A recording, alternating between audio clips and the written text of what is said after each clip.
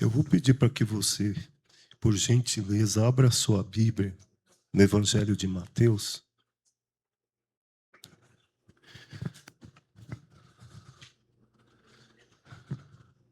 Nós não temos por hábito, vocês sabem que a gente não faz isso regularmente, né? Ministrar à noite que foi ministrado na manhã na escola bíblica.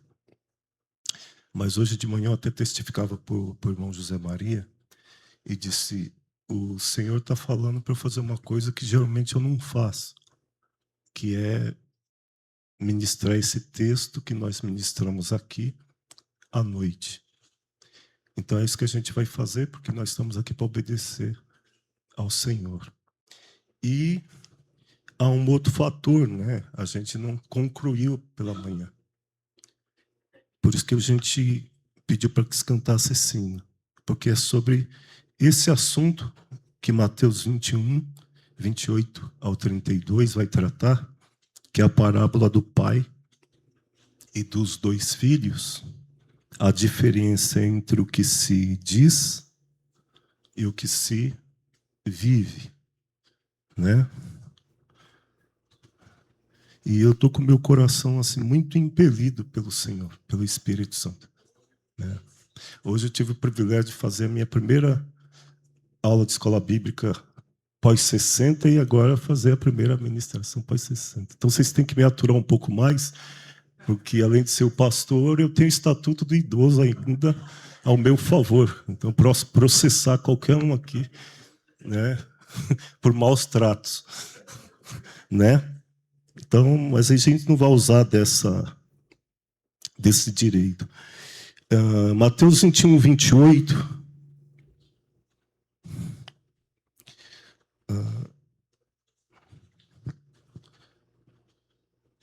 Quando eu tinha 40 anos, eu achei que eu não fosse chegar aos 60, eu falei isso pela manhã. Então, a minha gratidão, meu irmão, é tão grande, Senhor, tão grande. Não sei se isso é uma virtude, nunca tive medo de envelhecer. E nunca neguei essa realidade a mim mesmo. Porque isso é uma bênção. Isso é uma bênção. Isso é uma bênção, irmãos. Quando envelhecemos no Senhor. Quando envelhecemos em Cristo. Amém? Os que esperam no Senhor renovarão as suas forças. Na velhice, ainda darão frutos. Plantados na casa do Senhor. Como o cedro do Líbano. Então eu tenho que louvar o Senhor. E Jesus, ele conta aqui uma história que dizem que é uma parábola, mas é um fato que dificilmente isso não tenha acontecido, né? Agora, ele está falando isso para os líderes religiosos lá no templo. Qual a vossa opinião? Um homem tinha 2 filhos. Aproximando-se do primeiro, pediu: filho, vai trabalhar hoje na minha vinha? Veja, ele podia ter mandado, porque ele é pai, mas ele pediu: filho, vai trabalhar hoje na vinha? Mas este filho lhe disse: não, eu não quero ir. Todavia, mais tarde, arrependido foi.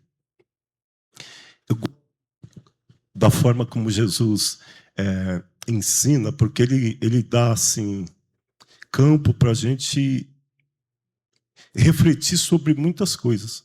A Bíblia diz que mais tarde ele se arrependeu. Então, entre essa decisão e esse arrependimento, o que aconteceu? Né?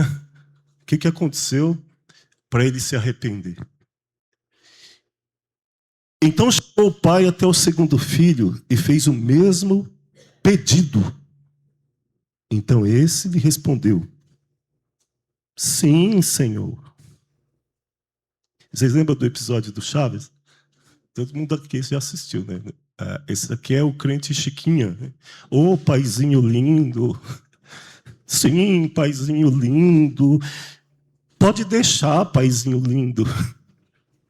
Tem crente que faz isso, né? Sim, paizinho lindo, maravilhoso.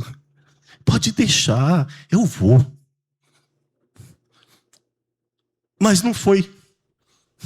Ele chamava o pai de paizinho lindo, mas não foi. E Jesus faz a pergunta clássica: qual dos dois fez a vontade do Pai? Pergunta fácil, né? Os líderes religiosos responderam: claro que foi o primeiro.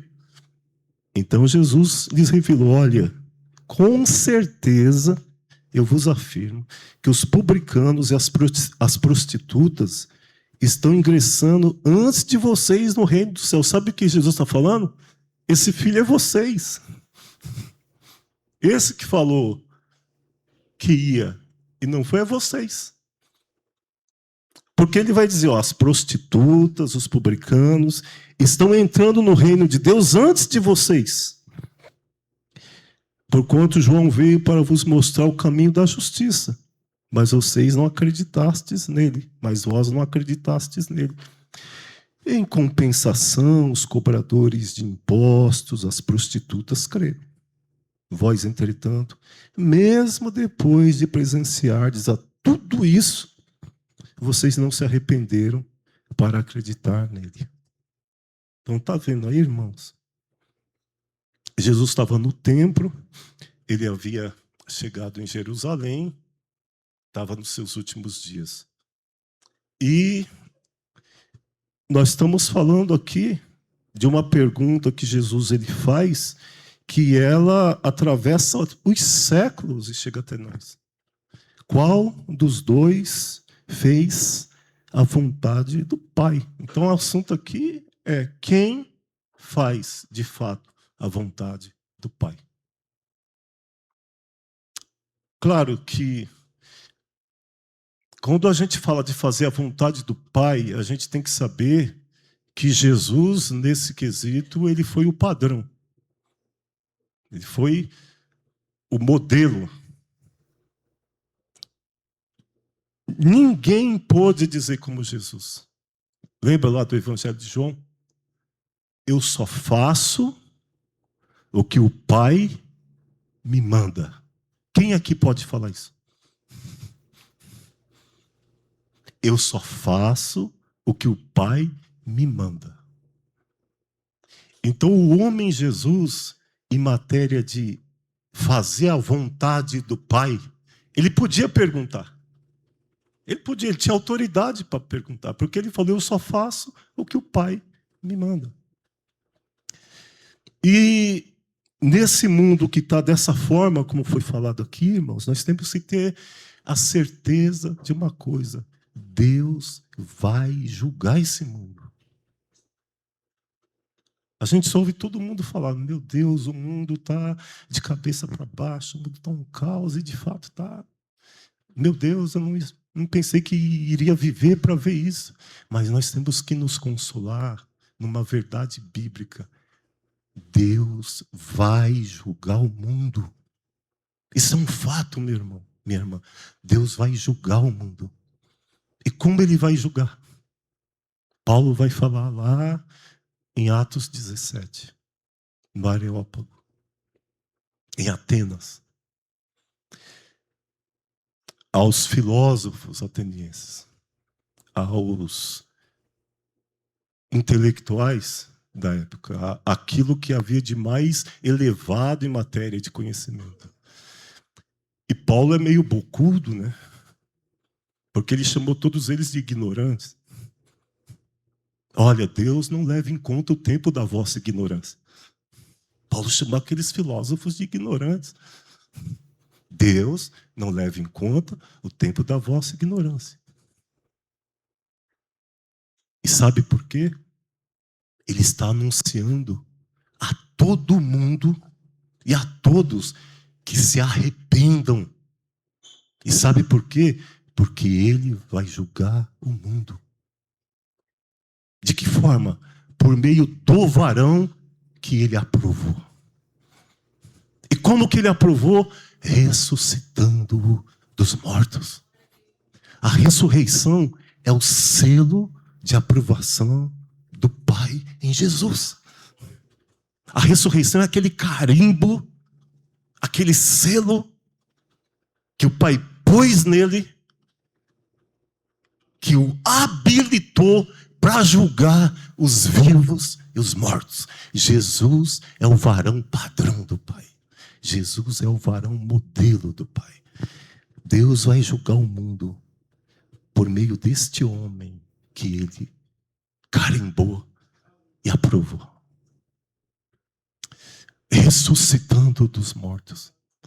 E esse Jesus disse: eu só faço o que o Pai me manda. Meu Deus do céu. E ele pergunta: quem desses dois filhos fez a vontade do Pai? Então ele é questionado por aqueles líderes, o contexto é esse, sobre a autoridade dele. Com que autoridade você prega? Com que autoridade você faz isso? Tá, eu vou falar se vocês me responderem uma coisa. O batismo de João era de Deus ou era dos homens? E o povo estava tudo ali observando. Eles pensaram: bom, se a gente falar que é de Deus, a gente vai estar caindo numa grande contradição, porque a gente nunca acreditou em João. Se a gente falar que é dos homens, esse povo vai vir para cima de nós e vai nos matar, porque eles têm João como um profeta. Então Jesus sabe colocar a gente, né, num beco sem saída. E eles disseram: sabe que a gente não sabe? Nós não sabemos. Jesus, então, eu também não vou dizer com que autoridade eu faço isso. Mas eu vou contar uma história para vocês. Posso contar uma história? Pode. Tinha um homem que ele tinha 2 filhos. E aí Jesus conta a história. Então Jesus quer mostrar para eles a incoerência deles e a má intenção que havia nos corações deles. Porque é deles que Jesus está falando. E eles eram líderes religiosos. Eles ensinavam a palavra. Eles eram tidos pelo povo como autoridades religiosas. Então essa história não é para comparar o crente com um descrente.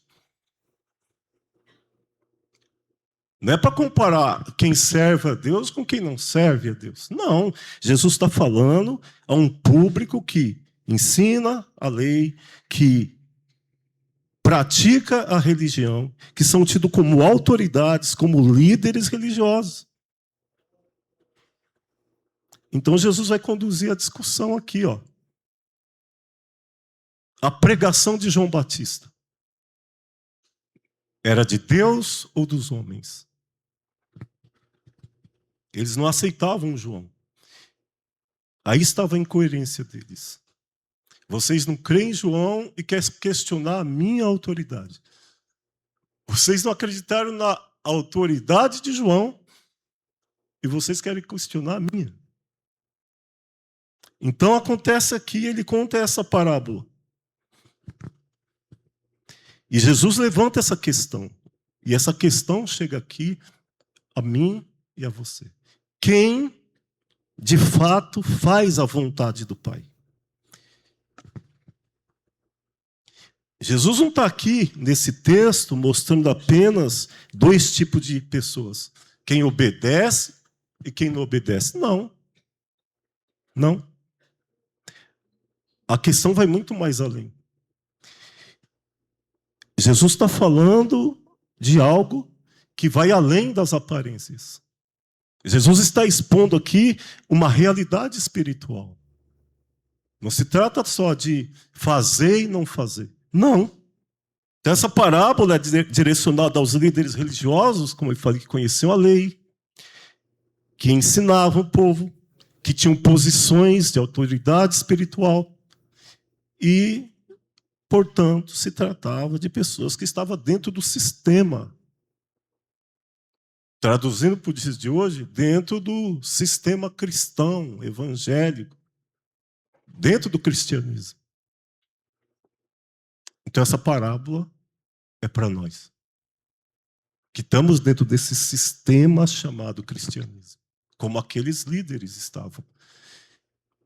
Olha o versículo 28. Um homem tinha 2 filhos.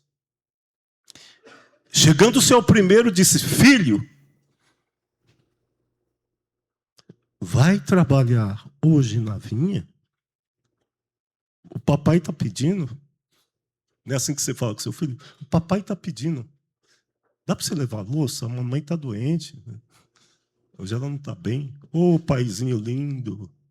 Paizinho querido. Pode deixar, papaizinho lindo.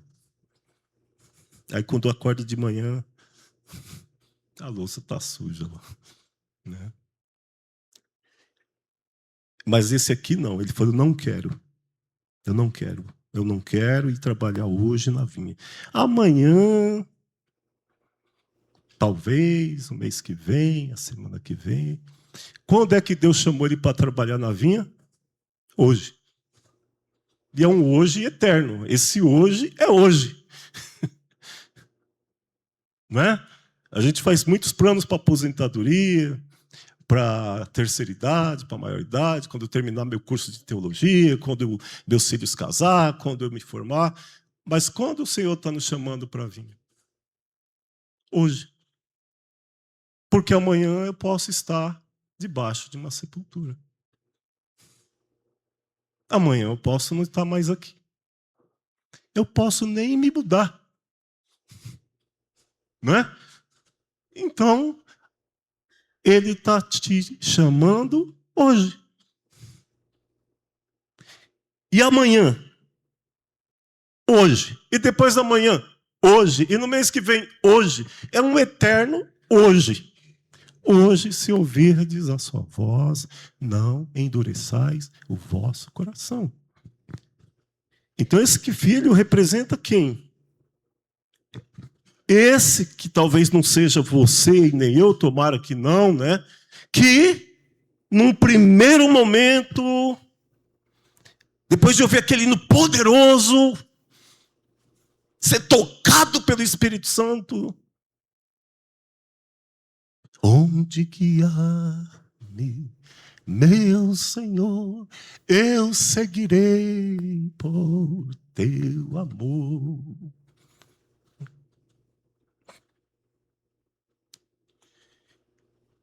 A minha vida eu entrego a Deus, não importa onde for, seguirei, meu Senhor, sobre terra ou mar, onde Deus mandar. Eres filho aqui. Irei. E ainda termina assim. Amém. É bonito para pôr no vídeo, né? É bonito para pôr no Instagram. Para fazer conteúdo, para gerar conteúdo, isso é ótimo. Mas você sabe o que você está dizendo? Ô, paizinho lindo.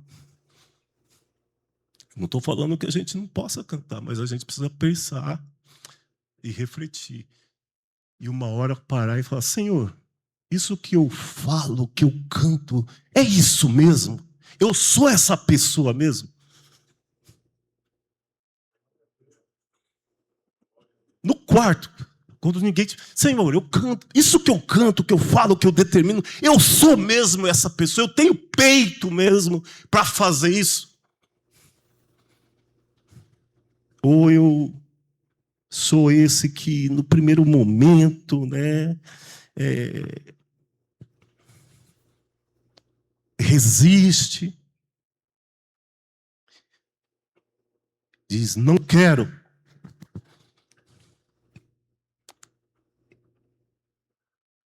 Ele foi taxativo, eu não quero. Mas aconteceu alguma coisa. que o fez se arrepender. Algumas vezes nós tomamos decisões e Deus cria circunstâncias que nos faz repensar. E falar, Senhor, aquela proposta ainda está de pé? Aquela proposta ainda está de pé? Porque né? E nós ouvimos hoje, José citou o exemplo de Jonas, né? Vai a Nínive. Deus mandou ele ser missionário permanente em Nínive. Era só ir lá, pregar e voltar para casa. Vai lá, daqui 40 dias Nínive será destruída. A missão de Jonas não era fixar residência em Nínive. Gente, não é bico. Vai lá, faz o que Deus mandou e volta. Pô.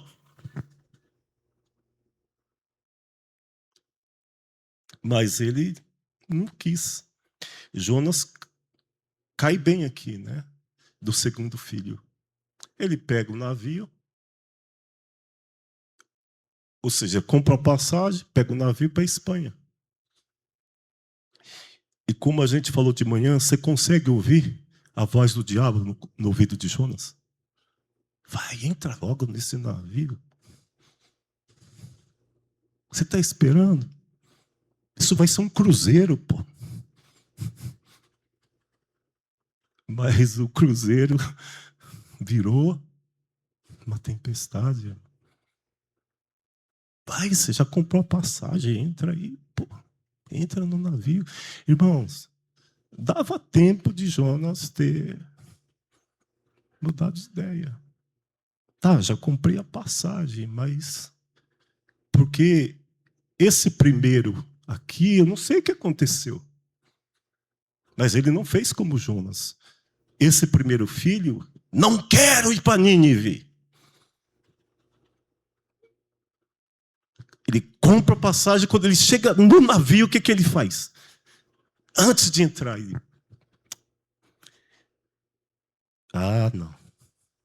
Não, eu vou fazer o que o pai mandou.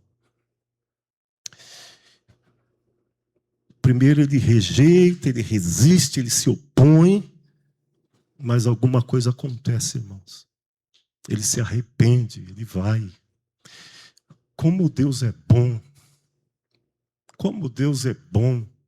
Como Deus, ele sempre está disposto a nos dar chance de repensar. Chance de reconsiderar algumas coisas, irmãos. De rever algumas coisas. Algumas decisões que a gente tomou.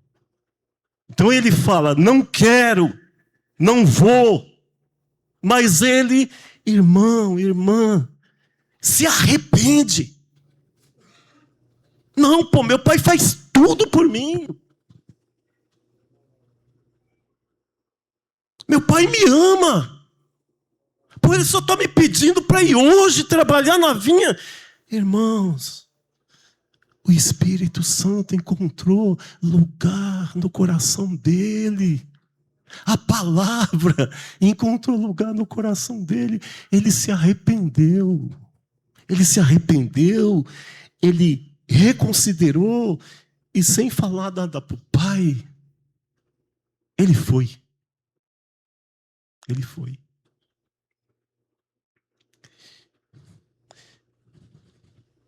Então a mudança, meu irmão, irmã, não está na fala inicial.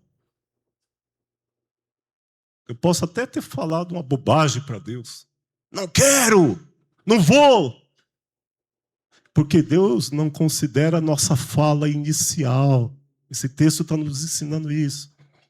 Deus considera minha decisão final. Né? Posso fazer, eu não quero.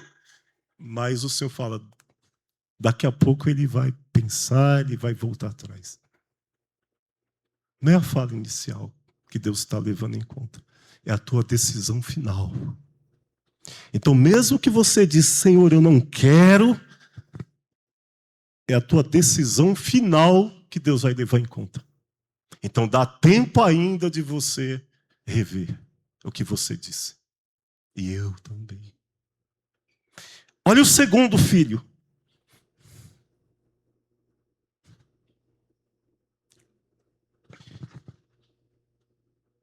Dirigindo-se ao segundo, disse a mesma coisa. O que é a mesma coisa? Filho, vai trabalhar hoje na vinha do pai? Sim, senhor. Sim, papai. Claro. Como não iria? Você é meu papai. O papaizinho lindo do meu coração. Já viu a gente? Oh, meu Deus, meu papaizinho lindo.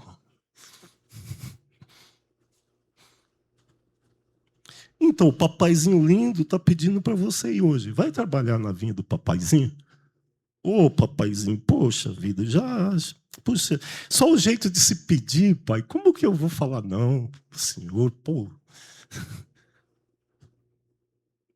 Mas não foi.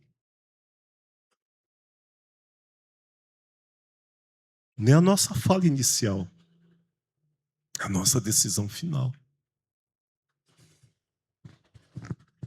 Então ele representa aquele crente, sabe aquele crente da linguagem correta? Sabe? Amém! Fala a Deus! Aleluia! O crente da linguagem correta.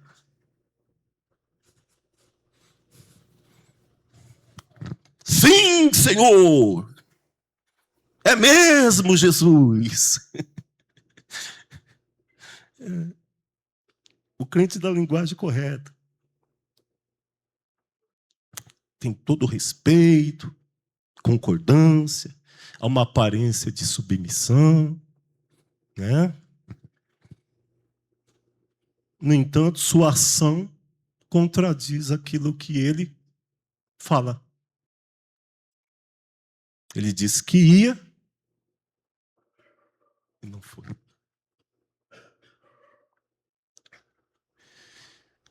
O que define quem faz a vontade do Pai não é aquilo que eu digo inicialmente,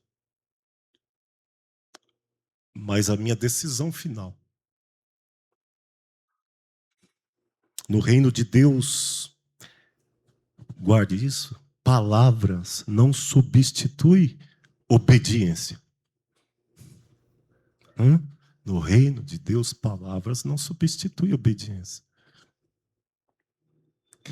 Então esse primeiro filho, embora tenha começado errado, não quero o chamado. Eu tinha 16 anos quando o senhor falou comigo a primeira vez. Imagina, você acaba de se converter, não sabia nem orar.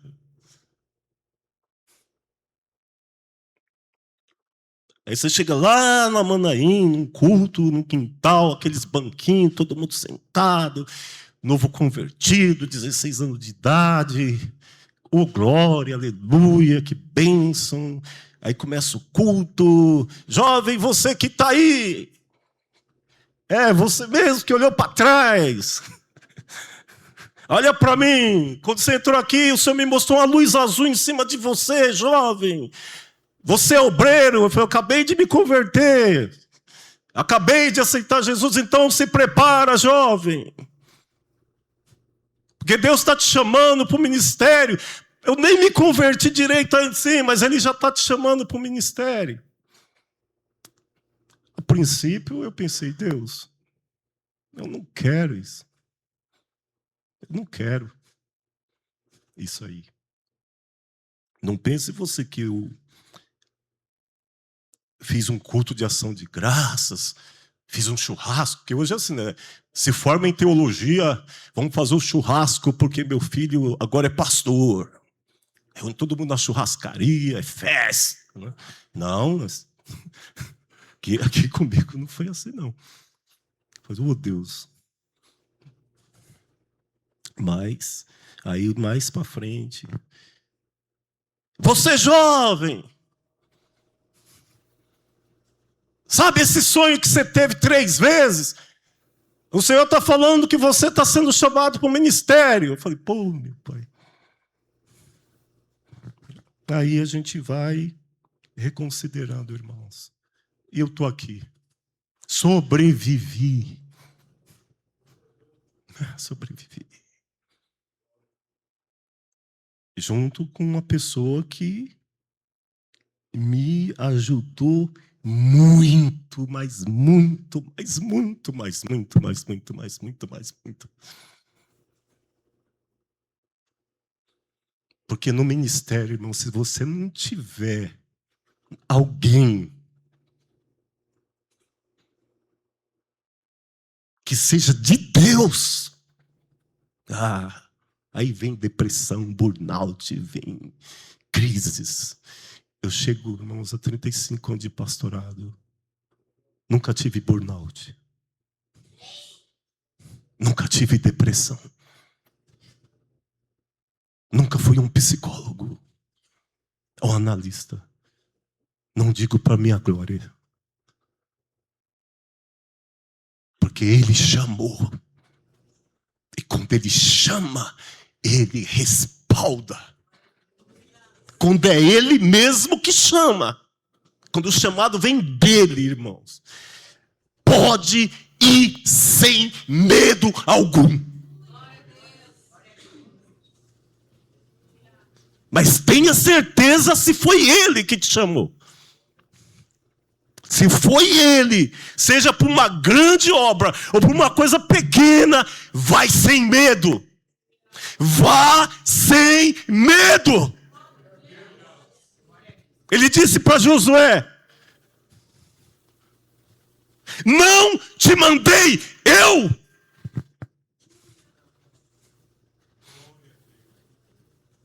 Deus foi enfático com Josué: não te mandei eu. Esforça-te, tem bom ânimo, porque o Senhor é contigo por onde quer que andares. Mas não te aparte do livro. Se apegue ao livro, coma o livro, dorme com ele, acorde com ele, ande com ele, almoce com ele, jante com ele, tome café da tarde com ele. É isso que Deus fala: não te aparte dele. Não se apartar dele. Mas você não larga esse livro. O Senhor falou para eu não me apartar dele. Então se aparte do livro. Nós somos o povo do livro.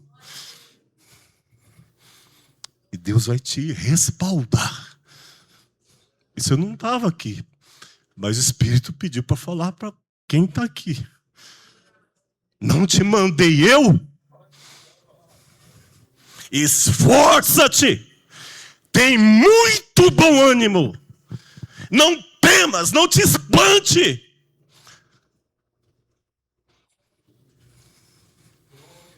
Seja você homem ou mulher, jovem ou criança, creia naquele que te chamou.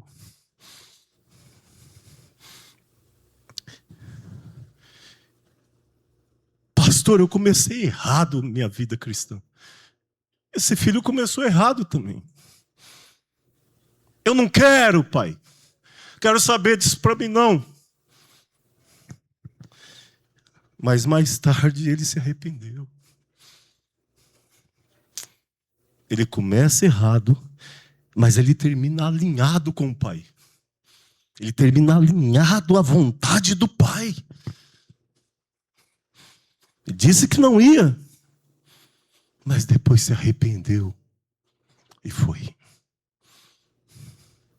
É melhor se arrepender antes de entrar no navio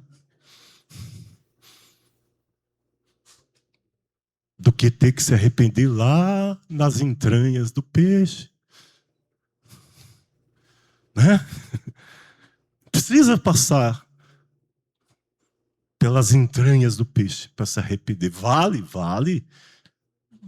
Mas é melhor se arrepender antes de entrar no navio. Porque esse cruzeiro aí, que o diabo está dizendo que vai ser sua viagem, pode se tornar uma grande tempestade.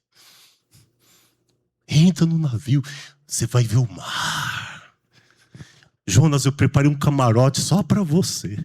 Você vai dormir, ninguém vai te incomodar. Entra no navio, vai ser um passeio de cruzeiro, mas esse cruzeiro virou uma tempestade na vida de Jonas e de todo mundo que estava envolvido com ele.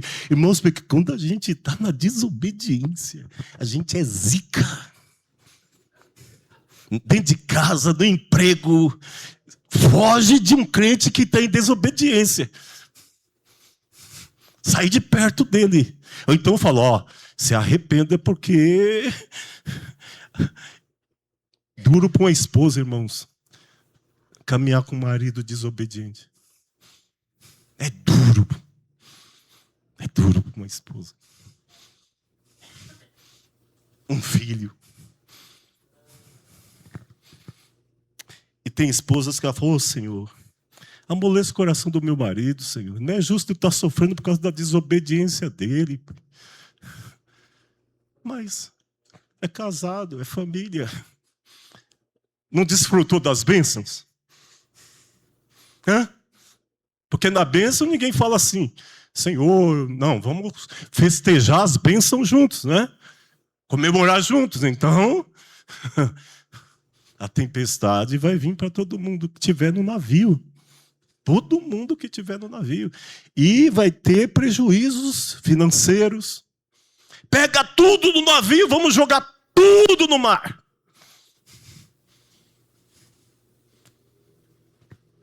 Começa com as finanças, né? Eu não sei o que ele estava transportando, mas tiver que jogar tudo no mar. Não resolveu ainda, pô, mas a tempestade não passou.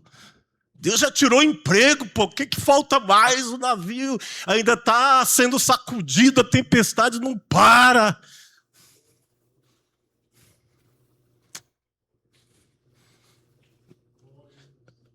Aí, alguma coisa está acontecendo aqui. Tem alguém aqui?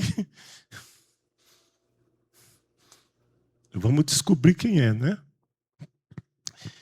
Aí foi lá, chamou o desobediente, falou, pô, o que está acontecendo com você? Porque, irmãos, quando a gente está na desobediência, a gente entra numa estagnação espiritual tão grande que a gente acha que está tudo certo. Não, eu estou servindo a Deus direitinho.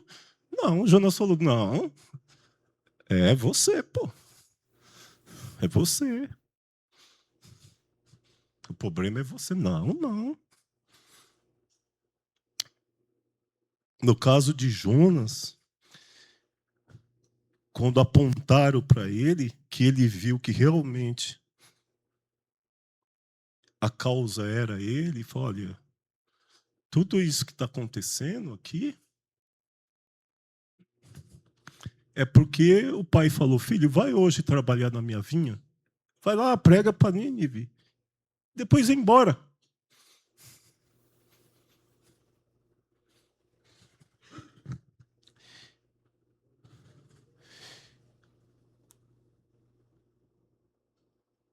Eu posso até começar errado, irmão, mas Deus me dá a chance de me alinhar à vontade dele.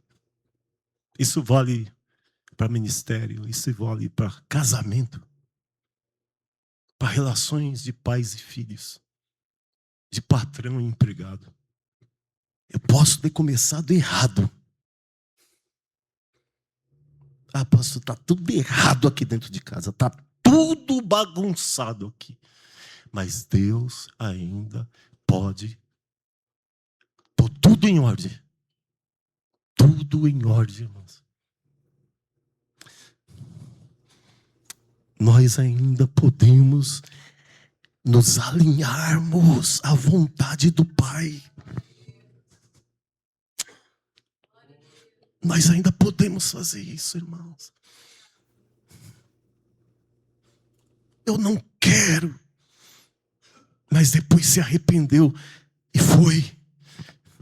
O segundo filho, ele começou certo, mas termina em desobediência. Ele disse, eu vou, mas não foi. Esse primeiro filho aqui, ele muda de posição. Não vou. Mas ele reconsidera.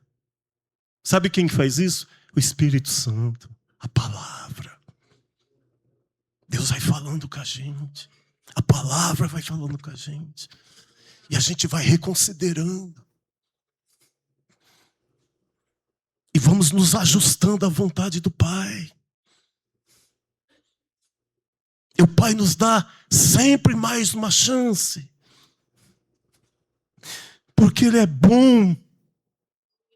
Porque Ele é Pai. Eu posso falar, Pai, eu comecei errado, Pai.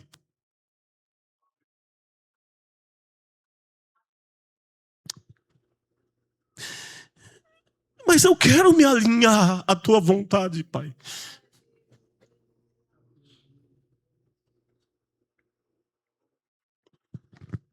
Reconsidera. Se arrepende, se ajusta. Faz isso. Faz isso.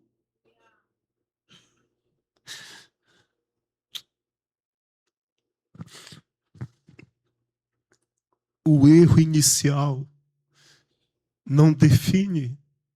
Não define. O erro inicial não define o teu destino final. Não. Depende de você. Ah, pastor, mas eu fiz uma coisa muito grave. Eu feri o coração do Pai. Mas o erro inicial não define seu destino final.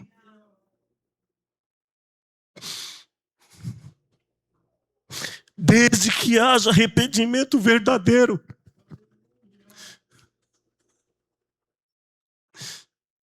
Porque não é o que prometemos no início, não. Deus não está interessado em respostas verbais corretas, mas em atitudes corretas. Atitudes corretas. Arrependimento, meu irmão, não é remorso. Arrependimento é mudar de direção. Mudar de direção. Eu estou indo nesse sentido aqui. Ah, eu estou triste, estou sentindo remorso, mas continuo indo. Continuo indo nesse sentido aqui. Isso não é arrependimento. Arrependimento é eu estar indo nesse sentido aqui, eu paro e mudo de direção. Isso é arrependimento. Se eu sinto remorso e continuo indo na mesma direção, isso não é arrependimento. Arrependimento é uma mudança de direção. Uma decisão que se traduz em ação.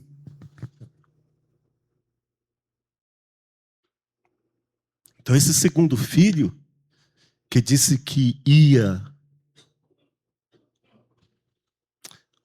que disse que não ia,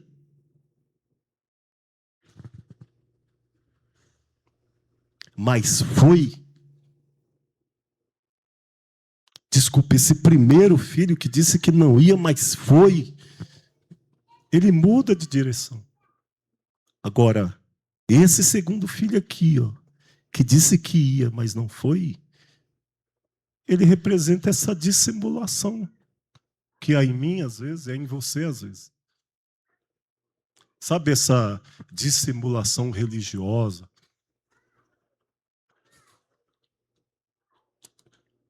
Olha o que ele faz aqui, meu irmão, irmã. Ele não se opõe. Ele não se opõe. Ele concorda. Ele demonstra até uma certa submissão ao Pai. Mas a vida dele não corresponde àquilo que ele fala.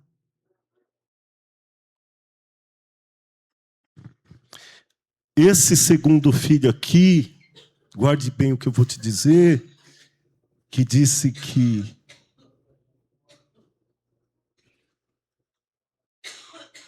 ia, mas não foi. Esse filho representa, irmão, irmã, uma das formas mais perigosas de engano espiritual. Ele concorda com a verdade, mas não vive na verdade. Ele diz amém para a verdade, mas não vive nessa verdade. Isso é uma das piores formas de engano espiritual. E cada um de nós conhecemos o nosso interior. Então, essa parábola que ela mostra que é possível dizer as coisas certas, usar a linguagem correta, ter a aparência de espiritualidade e ainda assim não obedecer. Então, esse primeiro filho que disse que não ia, ele se arrepende, ele vai, ele reconhece o seu estado espiritual. Ele reconhece a sua condição. E mudou. Nós não precisamos viver a vida toda nessa condição espiritual.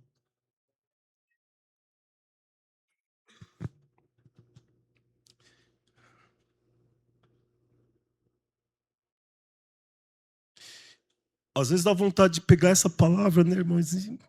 Meu Deus, pro teu bem, pro meu bem, pro bem das pessoas com quem nós estamos envolvidos. Nós não precisamos viver assim.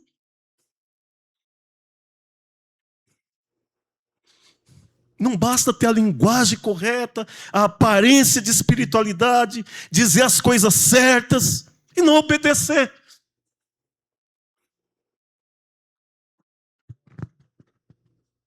O primeiro filho disse: eu não quero, pai. Mas se arrependeu, foi. Ele reconheceu o seu estado espiritual. E é isso que Deus quer. É isso que Deus quer. Eu reconheço, pai, que o que eu disse não está certo.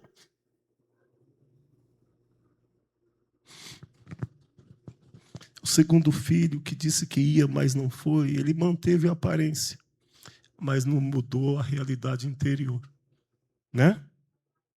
Então, muitos crentes, irmãos, para a gente concluir, eles vivem como esse segundo filho.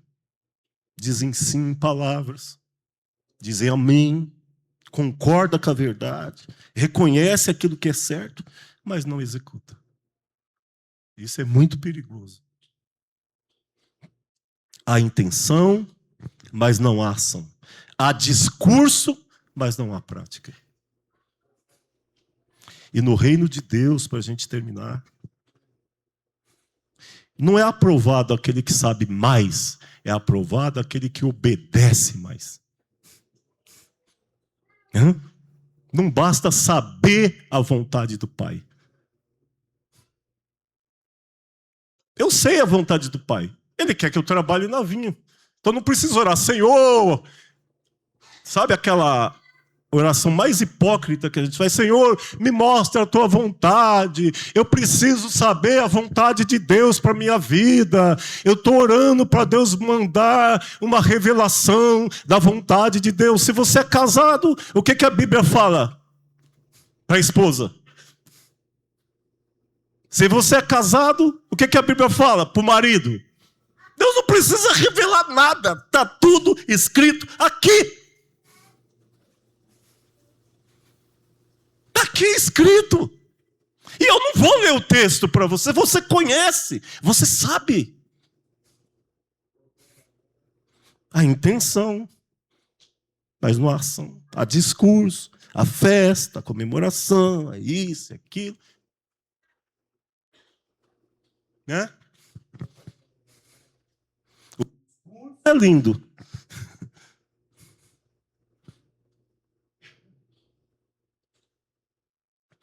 Eu sei que tudo isso que a Bíblia fala é verdade sobre a família, sobre o casamento, sobre o chamado, sobre o ministério. Eu só não obedeço isso. Né?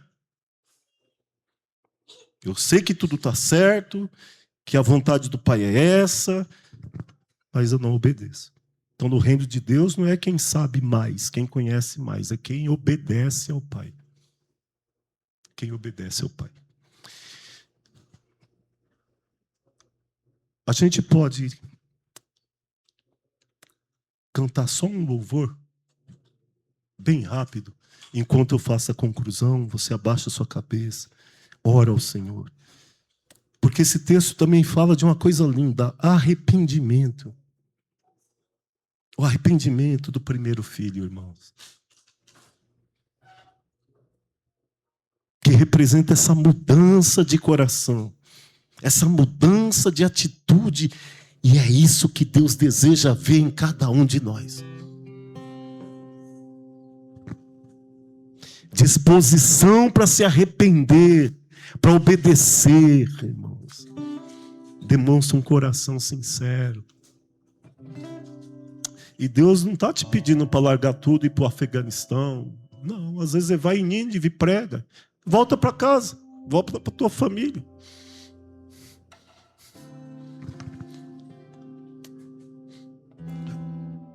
Faça o teu devocional, a tua disciplina de oração. É isso. Volte a ler a minha palavra. Às vezes é isso.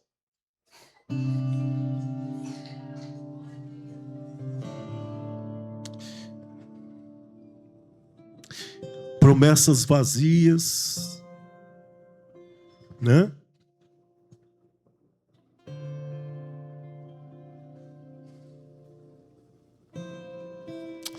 Senhor, muito obrigado, Pai.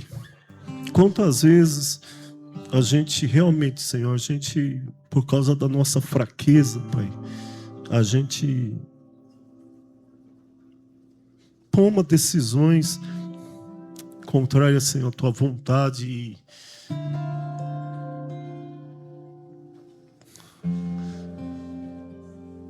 o Senhor nos ensina nessa palavra, Senhor, que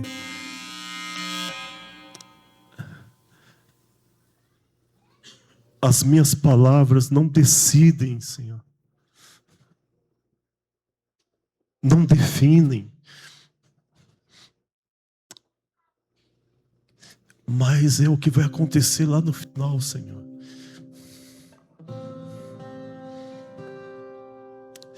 E eu sei, Pai, que num culto como esse, Pai, falar sobre obediência, falar sobre arrependimento, falar sobre submissão é um desafio para se pregar nessa geração.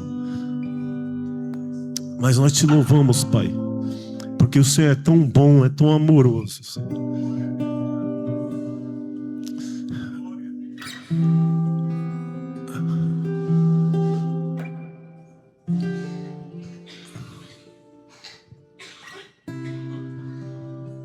Será que não dá, meu irmão, minha irmã, para a gente reconsiderar algumas coisas? Não dá para a gente repensar algumas coisas, algumas decisões, e se arrepender mesmo, e mudar de direção, irmãos. Mudar de direção. O evangelho é radical.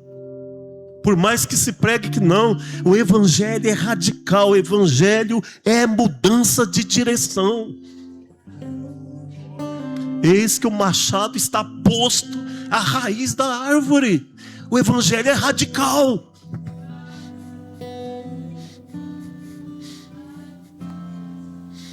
Não quer viver esse evangelho radical, não está apto para o reino dos céus.